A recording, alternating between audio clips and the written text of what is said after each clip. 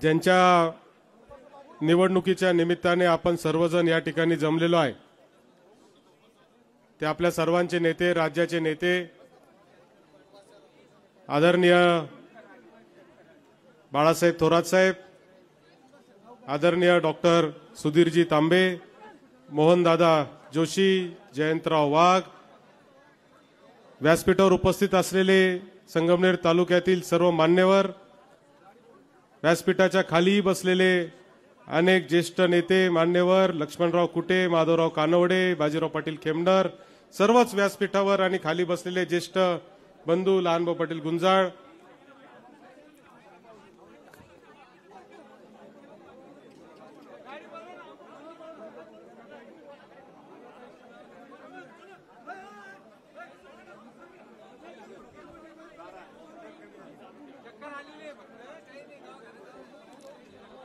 खरं तर आजचा हा कार्यक्रम, आजचा हा मेळावा, आजची सभा ही अर्ज भरण्याची सभा तर आहेच, पण त्याच्यापेक्षा महत्त्वाचं म्हणजे या संगमनेर तालुक्याच्या स्वाभिमानाची ही सभा आहे। हा संगमनेर तालुका, याची संस्कृती, तीर्थरूप स्वातंत्र्य सेनानी सहकार महर्षी भाऊसाहेब थोरातांच्या संस्कारामधून उभा राहिलेला हा तालुका, डाव्या विचाराचा, समाजवादी विचाराचा, पुरोगामी विचाराचा हा तालुका, कधीही कुठेही जाती धर्मामध्ये भेद न निर्माण करणारा हा तालुका, एकमेकाच्या पायामध्ये पाय घालण्याची संस्कृती नसलेला हा तालुका, उद्योग व्यवसायांना चालना देत असताना प्रत्येकाने आपापलं काम करायचं, दुसऱ्याच्या कामामध्ये लक्ष घालायचं नाही, अशा पद्धतीचे संस्कार असलेला हा तालुका। परंतु या तालुक्याच्या संस्कृतीमध्ये गेल्या काही दिवसांपासून आपण सातत्याने पाहतोय की काही लोक येतात आणि मुद्दाम आपल्या लोकांना डिवचण्याचा प्रकार करतात।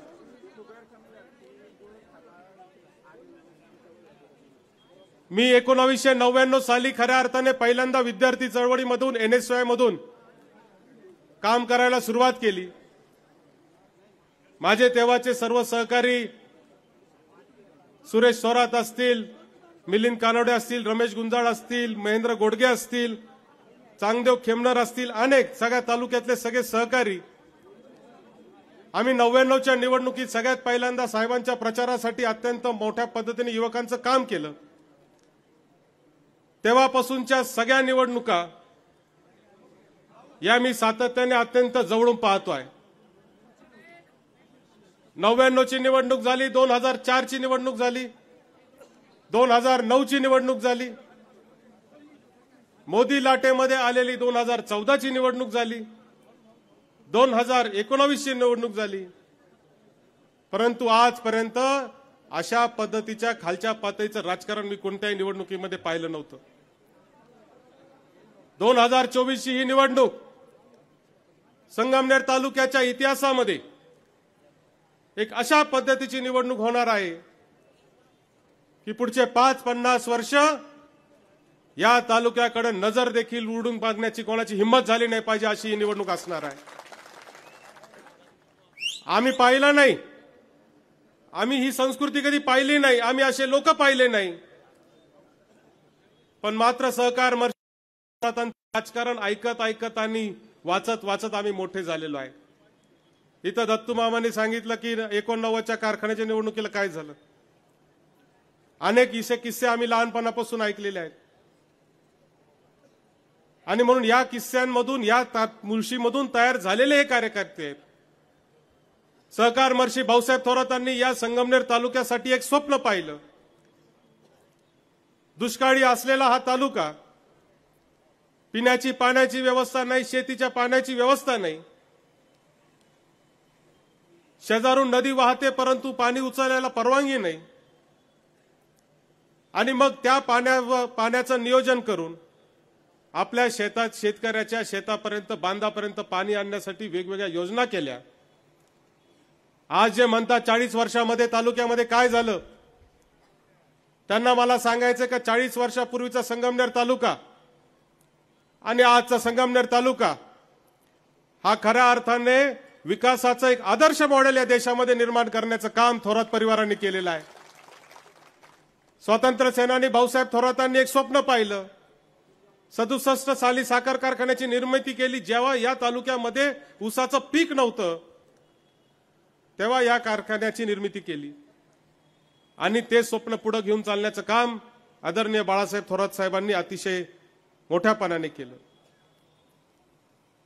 आणि म्हणून काल साहेबांनी लोणीच्या सभेमध्ये सांगितले का तुलना करा, तुमची आणि आमची एकदा तुलना करा, परंतु मला खात्री की तुलना ते करू शकत नाही।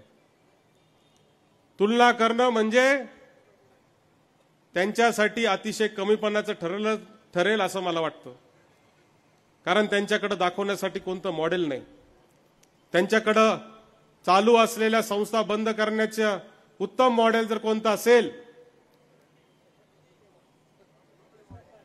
तर ते प्रवरेचं मॉडेल आहे। आणि म्हणून दुसऱ्याचं चांगलं देखवत नाही, त्यासाठी इथं यायचं आणि कुठंतरी आपल्याला भडकवण्याचं काम करायचं।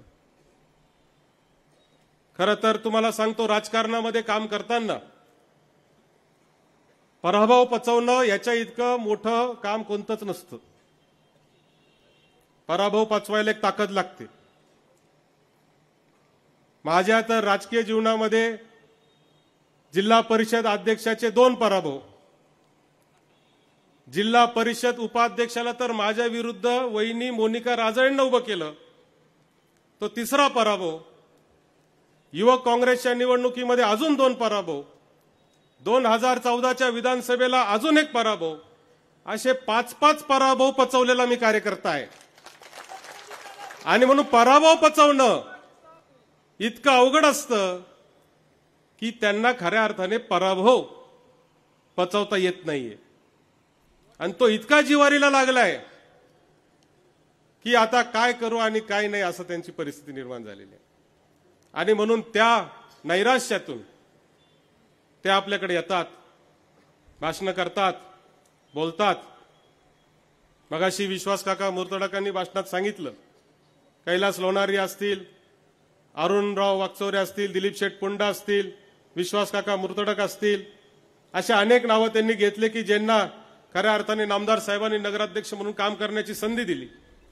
यांनी भाषणात सांगितलं की 15 वर्ष तुमच्याच घरात नगराध्यक्षपद कसं। अरे माझा प्रश्न असा आहे की 2007 साली ज्यावेळेस माझ्याकडे सगळ्यात जास्त जिल्हा परिषद सदस्य होते तेव्हा सुद्धा तुमच्या आईच जिल्हा परिषद अध्यक्ष झाल्या, मला मात्र जिल्हा परिषद अध्यक्ष तुम्ही होऊ दिला नाही। ज्यावेळेस 2 वेळा 10 वर्ष जिल्हा परिषद अध्यक्षपद तुमच्या घरामध्ये, आमदारकी तुमच्या घरामध्ये, खासदारकी तुमच्या घरामध्ये, सगळे पद तुमच्या घरामध्ये, एवढंच काय तर शिर्डी साईबाबा मंदिराच्या उरलेल्या ज्या फुलांपासून अगरबत्त्या करण्याचा कारखाना आहे तो सुद्धा ह्यांचाच आहे। कोणतीच गोष्ट दुसऱ्याला द्यायची नाही आणि दुसरा मात्र काही करत असेल तर ते सहन करायचं नाही। आणि म्हणून या प्रवृत्तीला खऱ्या अर्थाने जागा दाखवण्याचा वेळ आज या निमित्ताने आलेली आहे। आपण पाहिलं की परवाची घटना जयानी आता सांगितलं। खरं तर मी डॉक्टर जयाताईचं अभिनंदन करतो का तिने इतक्या खंबीरपणाने अशी भूमिका त्या ठिकाणी पार पाडली। एखादी जर मुलगी असती तर असं ऐकून ती घरामध्ये बसून राहिली असती, परंतु ही घरामध्ये बसली नाही, ही दुसऱ्या दिवशी बाहेर पडली। हे मनाचा मोठेपणा आणि हे मन खंबीर मन असणारी ही मुलगी आहे। परवाची घटना घडली, मी सगळ्या घटनेचं व्यवस्थित माहिती घेतली। जे लोक घटनास्थळी नाही त्यांच्यावर गुन्हे दाखल, प्रशासनाने फोन केला, साहेबांना फोन केला की साहेब तिथं 2 गटामध्ये काहीतरी भांडणं चालू झालेले आहेत, तुमचे कार्यकर्ते असतील तर कृपया त्यांना तिथं जाऊन निरोप द्यायला सांगा। आणि तो सांगण्यासाठी साहेबांनी आपल्या प्रमुख कार्यकर्त्याला तिथं अकोले नाक्यावर पाठवलं की बाबा हो जा आणि बघा काय भांडणं चालले असेल तर मिटवा, आणि ते मिटवायला गेलेल्यांचे फोटो काढले आणि ते स्क्रीनवर दाखवतात की याच्या मागे आमच्या कटामध्ये हे लोक होते. इंद्रजित मामा थोरात असतील, भास्कर खेमनर असेल, अजय फटांगरे असतील, निखिल पापडेजे असतील, हर्षल रहाणे असतील, अनेक लोक होते, अनेक कार्यकर्ते त्या ठिकाणी होते की जे खऱ्या अर्थाने मिटवायला गेले. त्या मिटवायला गेलेल्यांवर 307चा गुन्हा, 307 म्हणजे हाफ मर्डर. हाफ मर्डर झाल्यावर माणसाला लागायला तर पाहिजे. एक पण पेशंट नाही, एक तरी माणूस दवाखान्यात ऍडमिट आहे का सांगा मला. तुम्ही कुठं बातमीत वाचलं का का या दवाखान्यामध्ये इतके पेशंट ऍडमिट आहे ज्याच्या अंगाला पण हात लागला नाही, त्याच्यावर हाफ मर्डरची केस. गाडी जाळली म्हणले. जळतानाच्या गाडीचे व्हिडिओ आहे, जाळतानाचे व्हिडिओ मात्र कुठंच नाही. गाडी जाळतानाचा व्हिडिओ कोणाचा पाहिला का? जळकी गाडी दिसतीये, दुसरा व्हिडिओ एक दिसतोय त्याच्यात गाड्या तोडतायत, काचा बिचा कोणतरी पोरं फोडतंय. कोण फोडतंय काय फोडतंय अजूनपर्यंत तपास नाही. आणि अशा पद्धतीने आमच्या कार्यकर्त्यांवर खोटे गुन्हे दाखल केले. मला वाईट या गोष्टीचं वाटतं की आमच्या माता भगिनींना स्वतःच्या न्यायासाठी 8 तास रात्रभर, रात्री 10 ते सकाळी 6 पर्यंत पोलीस स्टेशनच्या बाहेर ठिय्या आंदोलन मांडावं लागलं. त्यांना ठिय्या आंदोलन त्या ठिकाणी करावं लागलं तेव्हा सकाळी 6:30 वाजता गुन्हे दाखल झाले. आणि दुसऱ्या बाजूला विरोधकांच्या तक्रारी मात्र पुढच्या 5-5 मिनिटांमध्ये केल्या. खऱ्या अर्थाने मी या निमित्ताने या पोलीस प्रशासनाचा जाहीर निषेध करतो. असा दुजाभाव पोलीस करू शकत नाही. पोलिसांनी हे दुजाभाव करण्याचं कारण नाही, राजकीय दबावामध्ये येण्याचं कारण नाही. पोलिसांनी कायम त्या ठिकाणी दोन्ही बाजू ऐकून सत्सद विवेक बुद्धीने काम करणं अभिप्रेत आहे, परंतु तसं केलं गेलं नाही. अहो तो बिश्नोई गँगवाला ज्यांनी गोळ्या मारल्या त्याला 2 तासात अटक करतात, आणि हा वसंत देशमुख तुम्हाला 2 दिवस सापडत नाही. पर सापडला तर सापडला, 15 मिनिटांमध्ये जामीन करून मोकळा झाला. का तुम्हाला त्याच्यावर असे कलम टाकता आले नाही का तो 10, 15, 20 दिवस आतमध्ये राहील? का तुम्हाला त्याच्या बोलण्याचं वाईट वाटलं नाही? पोलिसांच्या या सगळ्या कामकाजावर खऱ्या अर्थाने फार मोठं प्रश्नचिन्ह या निमित्तानं निर्माण होतं.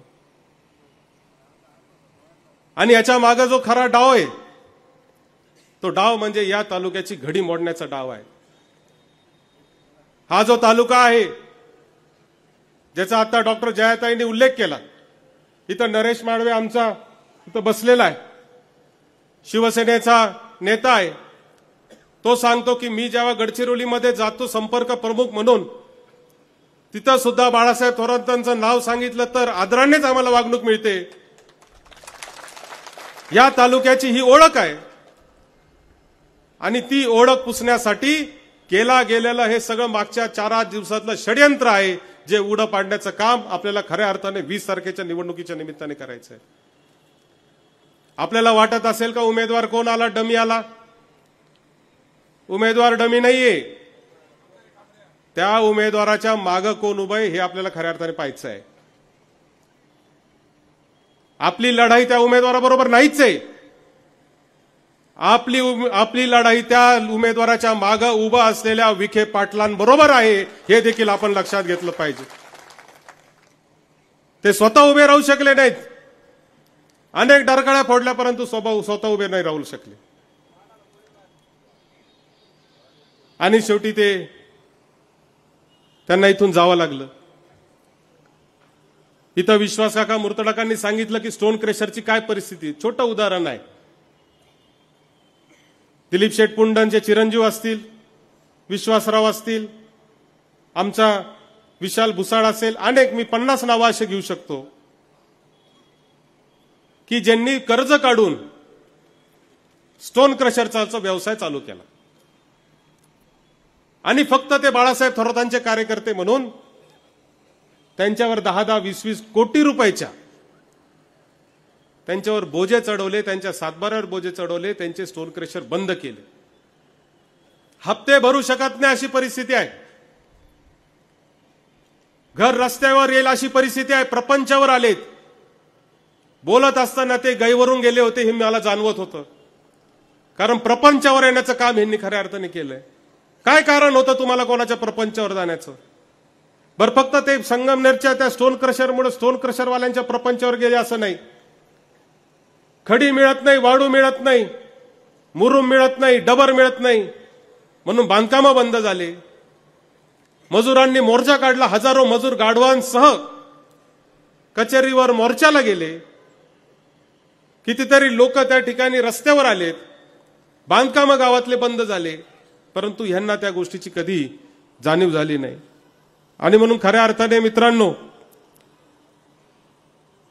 ही जे काही प्रवृत्ती त्यांनी मागच्या काळामध्ये तयार केली, यांचा इतिहास सांगायला जर लागलो तर किती मोठा इतिहास आहे. जेव्हा यांना गरज असते तेव्हा ते साष्टांग दंडवत घालूनच तयार असतात. आणि जेव्हा यांची गरज संपते त्याच्यानंतर मात्र यांचा लगेच टायगर तयार होतो. टायगरची मांजर आणि मांजरीचा टायगर इतका फास्ट होणारा प्रकार दुसरा जगात कुठंच नाही. 2004ची लोकसभेची निवडणूक होती. शिवसेनेमधून बाळासाहेब विखे पाटील काँग्रेस पक्षामध्ये आले. त्यांना उमेदवारी दिली. त्यांची निवडणूक झाली. आम्ही युवकमध्ये काम करत होतो. मोठा युवकांचा मेळावा आम्ही कवी आनंद फंदीमध्ये घेतला. आम्ही गेलो, फार काम केलं, खूप प्रचार केला. मोठ्या मताधिक्याने ते निवडून आले. निवडून आल्यावर एक दिवस महेंद्र गोडगे आणि मी दिल्लीला गेलो. दिल्लीला गेल्यावर महेंद्र मला म्हणला, एवढं काम केलंय आपण विखे पाटलांचं, आपण जरा त्यांच्या बंगल्यावर तरी जाऊन येऊ म्हणले. मी त्याला म्हणलं, अरे नको, कशाला जायचं? नाही नाही म्हणले, जरा जाऊन तर येऊ, एवढं काम केलंय आपण त्यांचं. म्हणून आम्ही साहेबांना भेटायला, म्हणजे विखे पाटील साहेबांना मोठ्या, त्यांना भेटायला आम्ही त्यांच्या बंगल्यावर गेलो. तुम्हाला सांगतो, आम्हाला बंगल्याच्या आतमध्ये सुद्धा घेतलं नाही. आतमध्ये सुद्धा घेतलं नाही. दारातून आमच्याशी बोलले आणि म्हणाले, तुम्ही काय माझं काम नीट केलं नाही. बाहेर पडलो पाना खाली घालून. महेंद्रला म्हणलं, तुला म्हणलं होतं नको जायला यांच्याकडं, तू कशाला घेऊन आला मला? नाही म्हणले, आता काय कर, जाणीवच नाही. काम संपलं, विषय संपला. जेव्हा काम तेव्हाच काम, अशा पद्धतीचं वागणं खऱ्या अर्थाने राहिलंय. खूप संघर्ष केला आम्ही. 2009 सालीच खऱ्या अर्थाने हा टांगा पलटी करून टाकला असता. 2009लाच. पण त्यावेळेस नेते मंडळींना अंदाज आला नाही. नेते मंडळींना वाटलं नाही की इतकं खऱ्या अर्थाने जनतेमध्ये रोष आहे.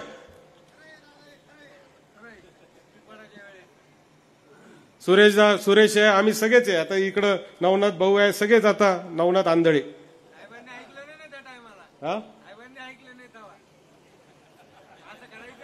साहेबांनी ऐकलं नाही म्हणजे तेव्हा एका पक्षात आपण होतो म्हणून साहेब म्हणले की एका पक्षात असल्यावर असं करणं योग्य नाही, आणि म्हणून राहिलं.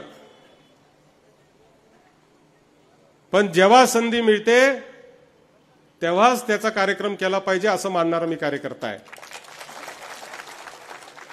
आणि म्हणून आपल्या सगळ्यांना माझी विनंती आहे की खूप त्रास आपल्याला मागच्या काळामध्ये सहन करावा लागलेला आहे. 2-2.5 वर्षामध्ये खूप मोठ्या प्रमाणावर आपल्या कार्यकर्त्यांवर केसेस झालेल्या आहेत. अहो, कार्यकर्त्यांवरच कशाला, आमच्यावर केसेस झालेल्या आहेत. डॉक्टर साहेबांवर केसेस झालेल्या आहेत. संस्थांवर केसेस झालेल्या आहेत. असं कोणीच नाही का ज्याला याच्यामधून सोडलेलं नाही. आणि म्हणून ह्या प्रवृत्तीला जर आपल्या तालुक्यामध्ये आपल्याला येऊ द्यायचं असेल तर मला असं वाटतं की आता आपण सगळ्यांनी खबरदारी घेतली पाहिजे. परवाचा जाळपोळचं प्रकरण झालं 3च दिवस दिवाळी असून सुद्धा बाजारपेठ ठप्प झाली होती. बाजारपेठेत लोक यायला तयार नव्हते. समजून घेतलं पाहिजे संगमनेर शहरातल्या सगळ्या लोकांनी का ही जी बाजारपेठ आहे, हे जे वैभव आहे, हे जे ऐश्वर आहे, ते शांतीमुळे आहे, या संगमनेर तालुक्याच्या संस्कृतीमुळे आहे. संगमनेर तालुक्यामध्ये आपण शांतता ठेवतो, आपण संयम ठेवतो. ही संस्कृती आपण आजपर्यंत पाळलेली आहे आणि त्याच्यामुळं आजपर्यंत आपण खऱ्या अर्थाने प्रगती करू शकलो आहे. इथे कधी आजपर्यंत माता भगिनींना त्रास देण्याचं प्रकरण कधी झालं नाही. कोणाच्या दुसऱ्याच्या उद्योग व्यवसायाला उखडून टाकण्याचं काम आजपर्यंत आपण कधी केलं नाही. कोण किती मोठा बंगला बांधतंय, कोण किती मोठी फॅक्टरी काढतंय, त्याच्याकडे कधी वाईट नजरेने आपण पाहिलं नाही. किंबहुना त्याच्यासाठी प्रोत्साहन म्हणूनच जाण्याचं काम आपण त्या ठिकाणी केलं. कोणत्याही पद्धतीची मस्ती, अहंकार, उर्मटपणा आजपर्यंत आपल्या कार्यकर्त्यांनी कोणी दाखवला नाही. यशोदांचं कार्यालय आमच्या सगळ्या सामान्य माणसासाठी सतत 24 तास उघडं आहे. कोणी आलं तरी त्याचं काम 100% झाल्याशिवाय राहत नाही. मग ही जर संस्कृती आपण खऱ्या अर्थाने जर उभी केली असेल तर मला असं वाटतं ती टिकवणं देखील आपल्या सगळ्यांचं कर्तव्य आहे. अजून खूप काम आपल्याला संगमनेर तालुक्यामध्ये करणं बाकी आहे. नवीन आता तरुण माणसं शिक्षण घेत आहेत. शिक्षणाच्या अनेक सुविधा उपलब्ध झालेल्या आहेत. डॉक्टर होत आहेत, इंजिनियर होत आहेत. आता त्यांच्या हाताला काम देण्यासाठी, या बेरोजगार तरुणांच्या हाताला काम देण्यासाठी मोठे मोठे उद्योगधंदे आणणं आपलं गरजेचं आहे. सिन्नर असेल किंवा आजूबाजूचे MIDC असतील किंवा आपल्या संगमनेर तालुक्यात नवनवीन उद्योग उभे करण्यासाठी आपल्याला आता खऱ्या अर्थाने थोरात साहेबांच्या पाठीशी खंबीरपणाने उभं राहायचंय. 1980 साली विलासराव देशमुख लातूरमध्ये आमदार म्हणून निवडून आले आणि खऱ्या अर्थाने लातूरची प्रगती झाली ती 1999 सालानंतर जेव्हा विलासराव मुख्यमंत्री झाले. 67 साली बारामतीमध्ये पवारसाहेब आमदार म्हणून निवडून आले. परंतु खऱ्या अर्थाने बारामतीची प्रगती चालू झाली 78 साली ज्यावेळेस पवारसाहेब मुख्यमंत्री झाले त्याच्यानंतर. आणि म्हणून खरी जर प्रगती आपल्याला या संगमनेरची करायची असेल तर मला असं वाटतं की आपल्याला आता आपल्या नेत्याला सर्वोच्च पदापर्यंत पोहोचवण्याचं काम आपण सगळ्यांनी केलं पाहिजे. आणि ते जर काम आपल्याला करायचं असेल तर आपल्याला येणाऱ्या 20 तारखेला 1 लाख मताच्या मताधिक्याने बाळासाहेब थोरात साहेबांना निवडून आणणं अत्यंत गरजेचं आहे.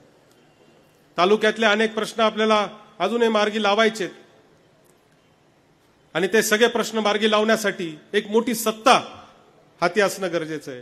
निळवंड्याचं पाणी आता जवळजवळ आपल्या सगळ्यांच्या बांधापर्यंत आणण्याचा प्रकल्प आपण केलेला आहे. ते कामं देखील चालू झालेले आहेत. अजूनही त्याच्यामध्ये पुढे कामं आपल्याला करावं लागणार आहेत आणि ते सगळे कामं करण्यासाठी आमदार बाळासाहेब थोरातांचे हात मजबूत करणं मला असं वाटतं की अत्यंत गरजेचं आहे. आणि त्यासाठी आपण सर्वांनी नामदार बाळासाहेब थोरातांच्या पाठीशी उभं राहिलं पाहिजे आणि येणाऱ्या प्रवृत्तींना समजून सांगितलं पाहिजे की बाबा हो, जगा आणि जगू द्या ह्या तत्वावर काम करणारे आम्ही माणसं आहे. तुम्ही तुमचं काम करा, आम्हाला आमचं काम करू द्या. तुम्ही जर आम्हाला आडवे आले तर आम्ही सुद्धा तुम्हाला आडवा आल्याशिवाय राहणार नाही. हा तालुका एक सुसंस्कृत तालुका आहे, संयमी तालुका आहे, स्वाभिमानी तालुका आहे. या तालुक्याच्या स्वाभिमानाला ठेच लागेल असं कुठलंही कृत्य कोणाचं करत असेल तर त्याला करू द्यायचं नाही. हा पण आपण आजच्या निमित्ताने बांधूया आणि नामदार बाळासाहेब थोरातांच्या पाठीशी खंबीरपणाने आपण उभं राहूया एवढंच आजच्या निमित्ताने सांगतो आणि थांबतो. धन्यवाद. जय हिंद, जय महाराष्ट्र. धन्यवाद दादा. महाराष्ट्रातील सर्व बातम्यांचे विश्वासार्ह व्यासपीठ, सकाळच्या सर्व सोशल मीडिया प्लॅटफॉर्मला लाईक, फॉलो आणि सबस्क्राईब करा. तसंच सर्व नोटिफिकेशनसाठी बेल आयकॉन प्रेस करायला विसरू नका.